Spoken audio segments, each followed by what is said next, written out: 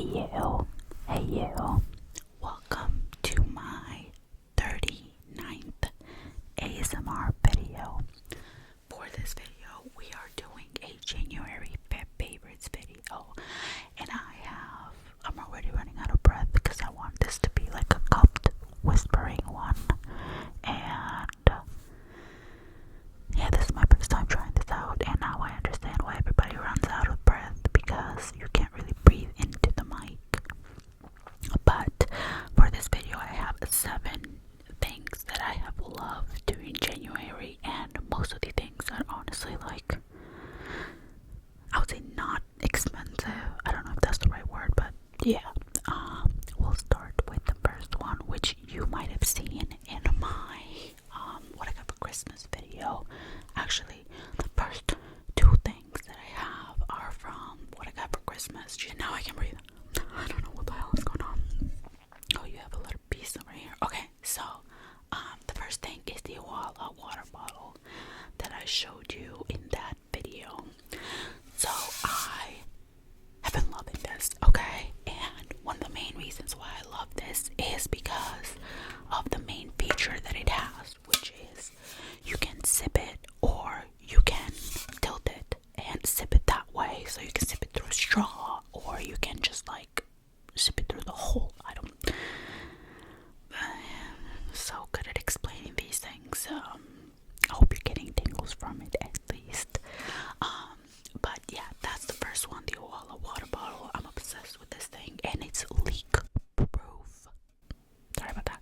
It is leak proof, and that's why I love it so much, because the other ones that I've had, and I've had hydro flasks of every size, all of them have leaked, every single one of them, and this one doesn't. And honestly, like, sign me up. That's one of the main things that I love. And it has a double hatching system, so it has this first layer that once you click on it, like, it is locked, and then it has this other mechanism as well, which you can lock it in. And I'm looking at the reflection right in the back of you. I don't know why I'm doing that, but you can lock it in, or you can just like open it up and you can just carry it. This is how I normally carry it, but for double, like, extra layer of protection so it doesn't leak or anything, you can just lock it in place, and there you go. And the color of it, it's so pretty.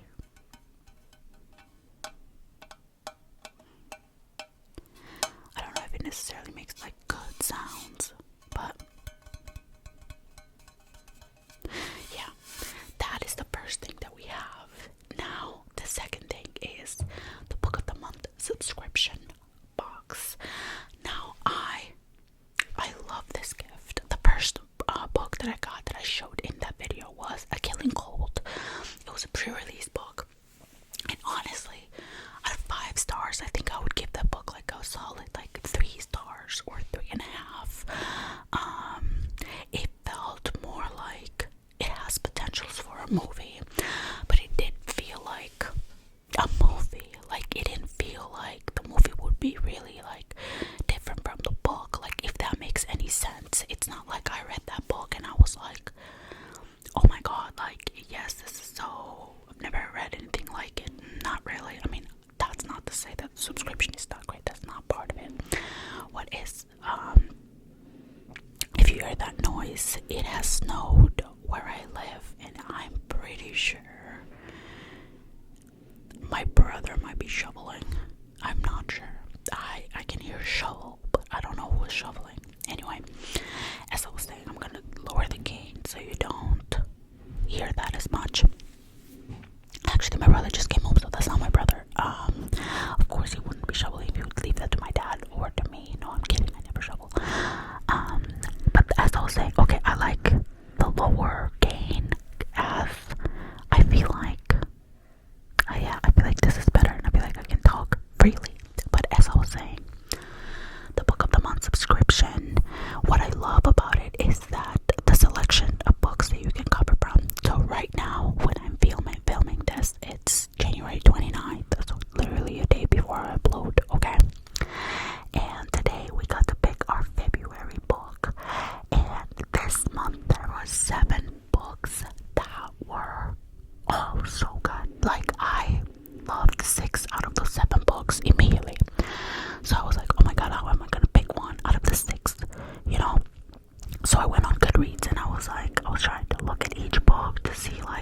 ratings, and I usually look for the like whatever ratings comes first, but also I look into the ratings of 4 stars and 3 stars, specifically 3 stars, because those are, I think, the fairest reviews. Like, they will give the pros of the books and they will give you the cons of the books, so that you can really like weigh in whether you would like it or not, like weigh your options basically. And every single one of those 6 books was above 4 stars. There weren't even like just 4, they were like 4.22. I think that was the lowest, like literally 4.22, which is insane. Okay, to give you a perspective, one of the books was called, it was a romance book, I think it was called First Time Caller. That one I was actually thinking about ordering. And there were other books like Famous Last Words or Final Words, something like that. That's the book that I ended up ordering, and it's a thriller book. Big surprise. But that is the book that I ordered because I thought, first of all, it's pre-release, so how cool is that? Another pre-release book. It's insane. But also the stories on it so interesting. It's about a couple, and the wife basically is so excited because on her first day of returning back to work, she's so excited to go back to work after having a baby, and she wants to drop off the baby on the daycare, I think. And then she's excited to go back to work, but her husband is not home, so she can't find him anywhere. And then in London, there was a hostage situation that was happening, and there were hostages being taken and gunpoint and all of that fun stuff. And she comes to find out that her husband is involved, but he's not the host. Like, he's not a hostage. He is the gunman, one of the gunmen. And he's left her a letter, and that letter will help her, like, I don't know if it'll help her, like, solve the case or something, but that is basically the synopsis of the book, which, how cool does that sound? At least for me, that sounded really good. But also, like, the First Time Caller, I was having so many issues with that book, because issues in the sense that it was very competitive and I wanted to choose it. I almost chose it on several occasions. It took me like all of this morning, and it's literally 11 a.m. so it didn't take me that long, but it took me long enough, you know. And what I liked about that book in particular was that it was lighthearted and it was romance. I usually don't read romance, except for I love Bridgerton, okay? So I am not one to shy away from it, but it's not what I reach for usually. And usually, oh, I got a notification, not important. Usually I read for thriller, mystery, psychological thrillers in particular, or horror books. I actually don't have as many horror books, but if you look behind me, like this whole first row, and it keeps extending to the back too, that is all mystery, like murder mystery thriller books. So that is definitely the genre that I find most comfort in, which makes 0 sense because some of those books I've had to put down and breathe. That's how bad they are, okay? If you're interested in any of those books, there is a book called, oh, sorry about that. There is a book called, oh my god, let me turn around and look. Oh yeah. If You Tell, that is a true story, actually. So if you're into true crime as well, you should read that. But it's about these sisters and their mother, who is a literal psychopath. And that book I've had to put down on several occasions and just breathe because I just couldn't. And one of Lisa Jewell's book, The Night She Disappeared, I'm pretty sure that's the name of it. She has a couple of books about disappeared in the title. But I think that is a book that I'm thinking of. That is the first book that I read of hers. And that book I had to put down and have a good cry and then go back to it. So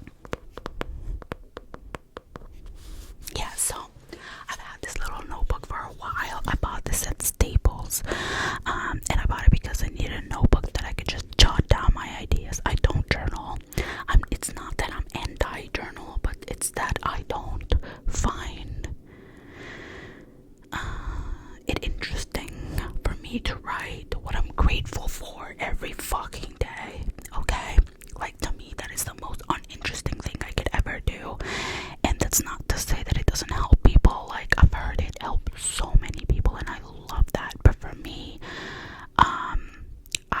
my way of thinking and my way of dealing with my thoughts is just a little bit different. But what I've loved about this book, specifically this month, is that it has helped me a lot, at least handling my finances. So as you may or may not know, I'm broke. I work a 9 to 5 or whatever, but my decisions last year made me basically not be, well, I wouldn't say financially stable, but just like I made some not great decisions. I spent a lot last year, and then this year I wanted to be more conscious about the money that that came in and the money that I put out. So I wanted to be more financially aware, and I, for some reason, growing up in a house where, you know, we had money and then we didn't have money, and then we had money and then we didn't have money.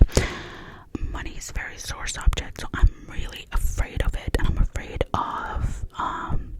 of talking about money, especially with people, especially with my partner. And I'm just afraid of the concept of handling money. And I decided that this year, there's nothing to be afraid of, because these are just numbers. So I wanted to push myself, and I wanted to really understand, first of all, what am I paying every month? Okay, what are my auto payments? Like, I know I have Disney, I know I have Hulu, I know I have Netflix, I know I have Apple TV. Not only do I have Apple TV, but I pay for cloud storage for like 2 terabytes of it, and it's a lot. Okay, I know 2 terabytes is a lot of it, but I needed it. And, you know, to have a concrete sense of, okay, this is what I pay every month, and my student loans, this is what I take out every month. These are my payments that are non-negotiable. You know, it's not that they're non-negotiable, but this is what I pay every month. And from there to go with the rule of, okay, so this is the money that I have left, and 20% of that should go into savings. So relatively every month I should save this much. I don't have a savings account yet, but next month I'll make one. And then from there, I think there's a rule about like 20, 10, 30 or something. 30% you spend, 10% maybe you invest. I'm not into investing. I don't see myself being like really investing, at least not for now, just because I just don't understand it, and it's not something that really appeals to me. But yeah, from that, like, okay, so I take out, from the money I have left, I take out 20%, I put that into savings. So from now, the money that's left after that, 30% of that I can spend. And then, so that is the budget that I have every month. That 30% is what I can spend. And I mean, so far it's been great, at least writing it down and keeping track of things. I'm not keeping track of like every single, what it's called, like when I go into a store, I don't ask for a receipt and I just keep the receipt. I know some people do that and it helps them, but for me, what I do is just I keep track of every week I spent this much, every week, and then the next week I spent this much. And it helps, especially because I have 2 credit cards. So just seeing both numbers combined every month helps. But also why I've loved this notebook in particular is because just to write down whatever thoughts I have in the moment. So I watched a video essay during this past week, because I don't have TikTok anymore. It's not because of the ban. I deleted TikTok way before the ban was even in question, because I found that my patience was growing extremely thin, and I'm not a naturally patient person. But with TikTok, oh my god, like, if you were talking to me in person and I already knew the thought that you were having, or the, you know, whatever the ending of the conversation was going to be, I just wanted you to shut the fuck up, you know. And that's not nice, and that's not the way that I want to necessarily interact with people. So I told myself, hey, you need to be a better person and fucking delete TikTok, okay?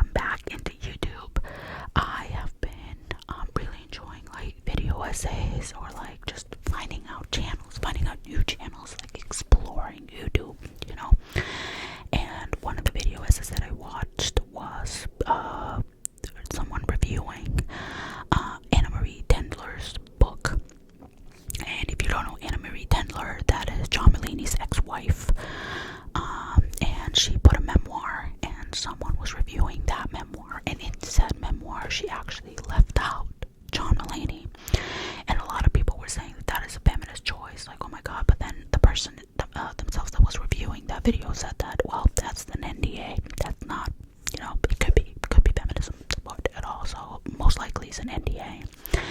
And but that's not the main takeaway from it. Like, this person was like really, I think they were a journalist themselves, or they were a writer themselves, and she was just, her analysis of the book and just her analysis in general really made me think and made me consider about stuff in general. So for example, one question that I asked myself was, okay, have I victimized myself in a situation where I truly haven't been a victim, or there wasn't a need to be a victim?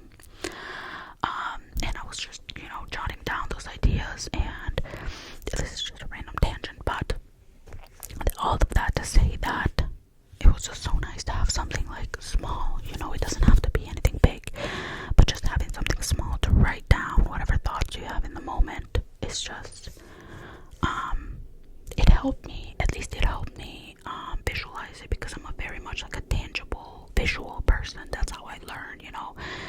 If you can just talk to me about theories and whatever, but unless I see it in writing and unless I see it like tangible, I won't really understand it. And this if you don't have a notebook or whatever, it doesn't have to be like anything fucking expensive, okay? You can use post-it notes for all that matters. It's just that having just something that just like write in something, whatever, a word or something, jot down, you know, doodle, whatever. It has helped me a lot, at least this month. Now the third thing, well, this was the third. The fourth thing that I've really been enjoying is the Nike training app. Now this app is completely free, and it has a lot of training videos that you can do at home. Most of these, at least what I've been doing, don't require anything at all. Honestly, you don't even have to have a mat, but I've been using a mat because I have it. I've been using it for yoga and Pilates. It's my first time ever doing Pilates, and it's been kicking my ass. I'm not gonna lie to you, it's so hard. And obviously, like, Pilates, when you think about it, traditionally it's thought about the reformer, which is basically that machine that looks like medieval. But there are two types of Pilates: reformer Pilates and there's mat Pilates. And obviously I've been doing the mat because I don't have a reformer in my house because I'm not a millionaire. And that, it's been challenging. I mean, they had a program on the Nike training app that led you from a beginner to intermediate. It was a 2 to 3 week program, or it can be the base at whatever you want, you know. And it started the first week that I did it, which I started last week. All of the there were 4 lessons, and they're class style lessons, so they're nice. You follow along with the video, it's really nice. The first 3 were 10 minutes, and then the last one was 15 minutes. And then this week there are 4 more, and those are the last ones. There's only like 8 in total. The first one that I did yesterday was 10 minutes. The one that I did today was 20 minutes. And yes, I am hurting right now. Tomorrow it's my rest day because I can't keep doing it.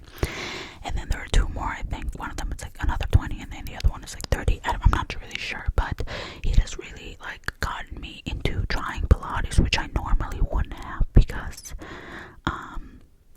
because lack of classes, or just classes are far away, and honestly, like, I don't want to spend the money. So if you want to move a little bit, try something new, I would really recommend it. Everything is free. If you want to do yoga, I've been doing yoga on the Nike training app for a very long time, and one of my favorite instructors of yoga in that app is called Alex Silver Fagan. I think they go by she her, if I'm not mistaken. But she is amazing. I really like the way that she goes through with it. And if you are someone who has tried meditation before but it hasn't worked, because it hasn't worked for me either, this is a good way to even meditate, because you're moving your body and you don't need to really, you're listening to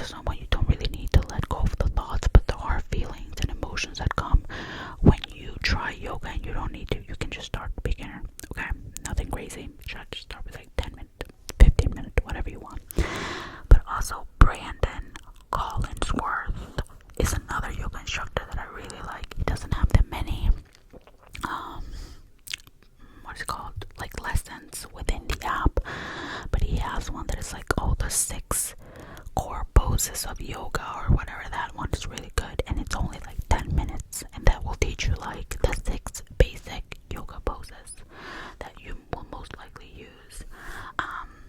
I've been really liking it so far, and the whole reason why I wanted to get back into shape is not necessarily, I mean, it is driven from weight wise because I have gained weight, but that's not really like the main driving factor. The main driving factor was that I felt myself be weak, like not as strong when you lift something, when you get up, when you like, you know, be less mobile than I have been before. And I know that what my potential is, because you know, when you are not in college anymore, and when you are not in school anymore, and you're working full time, and especially I work full time from home, so all I do is just sit all day. There's little motivation to move, and I let myself in that zone of I'm not sure if compliance is the right word, but just that zone of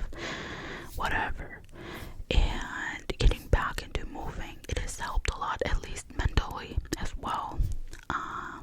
Now the next thing, maybe catching you by surprise, I don't know, but I think in December I posted that, either December or November, I was like, oh my god, I have a new phone case and I love it. Okay, now I have a new phone case and I like this even more. That phone case that you saw, the evil eye one, do you remember that I was like, oh, this keeps falling out of my hands, it's very slippery, I'm not sure what's up with that. Yeah, well, I hated that, okay? I kept using my phone. Everybody who I gave my phone to, my phone would fall out of their hands, and you know, I mean, I get you want to test your phone case, but I don't want to test it that much. But here is my new phone case. I don't know if you can hear it, but it's silicone, and I've attached, let me show you, I've attached a phone charm to it. I don't even know if you can see.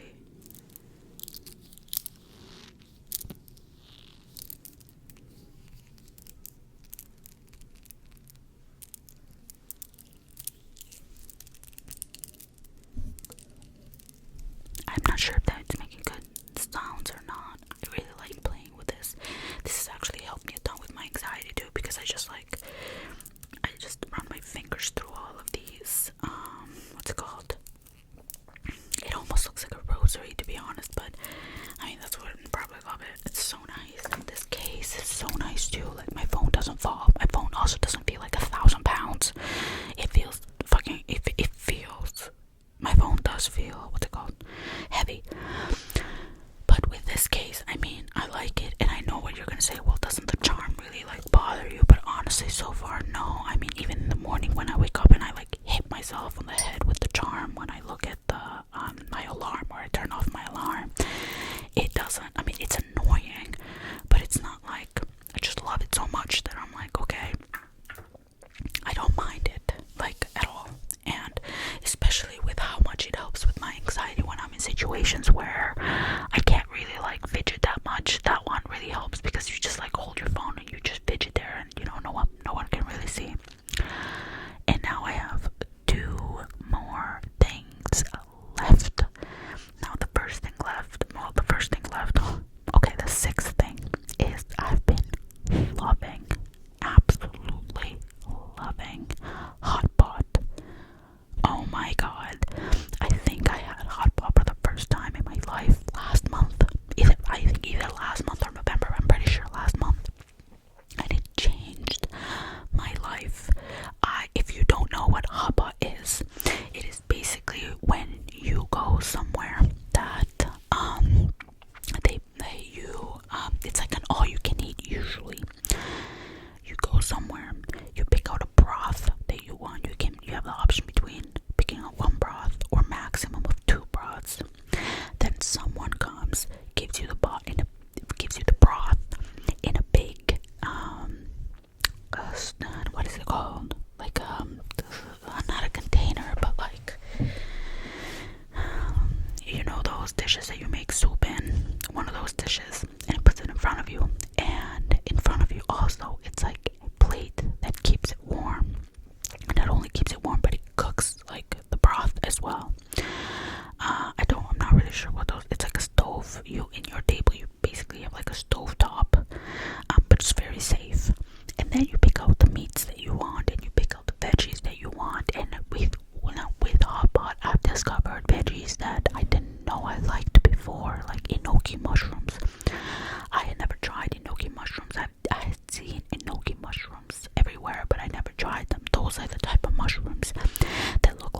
strings like attached to one another. They're like little strings, and on top of those little strings there's like little mushrooms. That's the ones that I like. So you have the ones that are like big mushrooms, but the little mushrooms that's just like, you know, little strings and with like the little mushrooms all over it. They don't take a lot to cook, and you can buy them at any Asian store. I'm not sure. I don't think I've seen them at any like American stores, like Stop and Shop or whatever. I almost said a store that makes it very, you know, yeah, or from people who will get this reference that will understand it. People who don't get this reference, that it's not to be exclusionary, but you'll get it like Market Basket. I don't know if I've seen them from Market Basket before. So, and that basically says where I'm from, in the Northeast. Now the last thing that I've been loving, especially, it's kind of crazy that I'm putting it in this video, but I mean it's not that crazy because for this past like week, I mean honestly probably since like Monday, I'm not even joking, for this past week I have been watching a new show, and this show has been The Sex Lives of College Girls on Max, HBO Max. I have been loving that show. I would recommend, if you are like 14 and up, to watch it.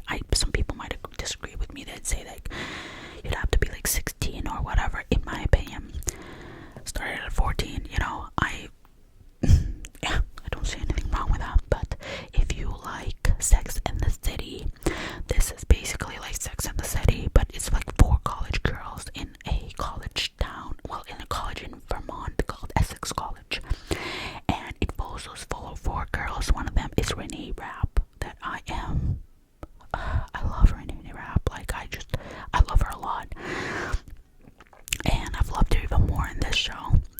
And basically that's the whole premise of it. It just follows these 4 girls and their sex lives in college, but it's more than just a sex life, you know. It's just their relationship with one another. It's their relationships that they have in general, their friendships, and it touches on things that are very important, like assault as well if you want, but it also touches with like intimacy and like other stuff. Like it's basically like Sex and the City but for college girls, and I mean I love it.